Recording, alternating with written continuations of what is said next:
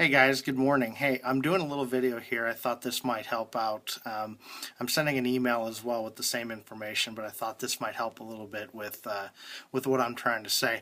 I actually did a little bit of thinking this weekend in terms of sales and really thinking why are sales a little flat as compared to where I think we should be right now.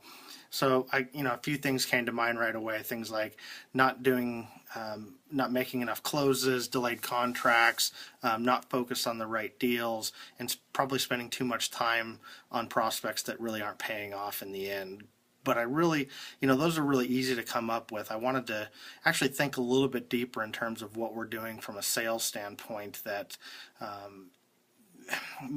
that are maybe some trends that are a little bit different than just hey, not enough closes, which is kind of an easy go-to thing when you're not really doing what you want to do in sales. So I did a DOS yesterday while I was watching golf, and bear me out here a little bit and see what you guys think. But some of the dangers I came up with are lack of a consistent and repeatable weekly process and timeline in sales.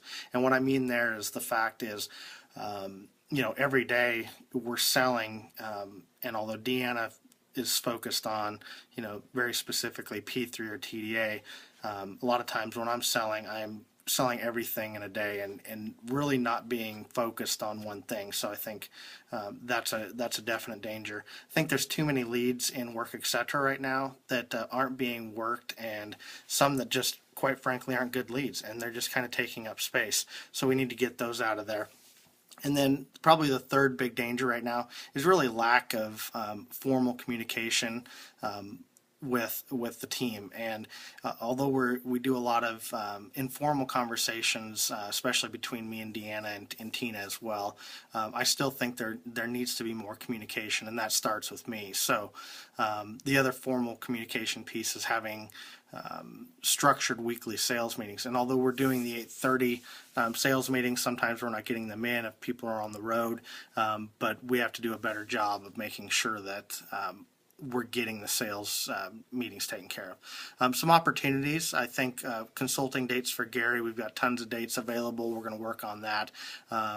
Helping Deanna close some P3 leads. We've got a ton of P3 leads right now sitting in the system ready to go. So helping her close those deals would be great.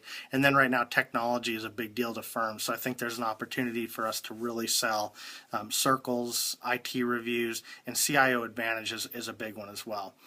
Some of the strengths of right now for the sales department are pretty straightforward. Firms are feeling pretty good and they're listening to us. So I think if we can get in front of them, they'll listen, and we got to take advantage of their good moods right now. Deanna's getting up to speed really well right now and doing a great job. I'm looking forward to hearing how how AAA went, because I'm sure it went really well. And then we've got plenty of resources right now, both back office and front stage, to make the sales. So a lot of it I think right now is process. So that comes to, what are we going to do?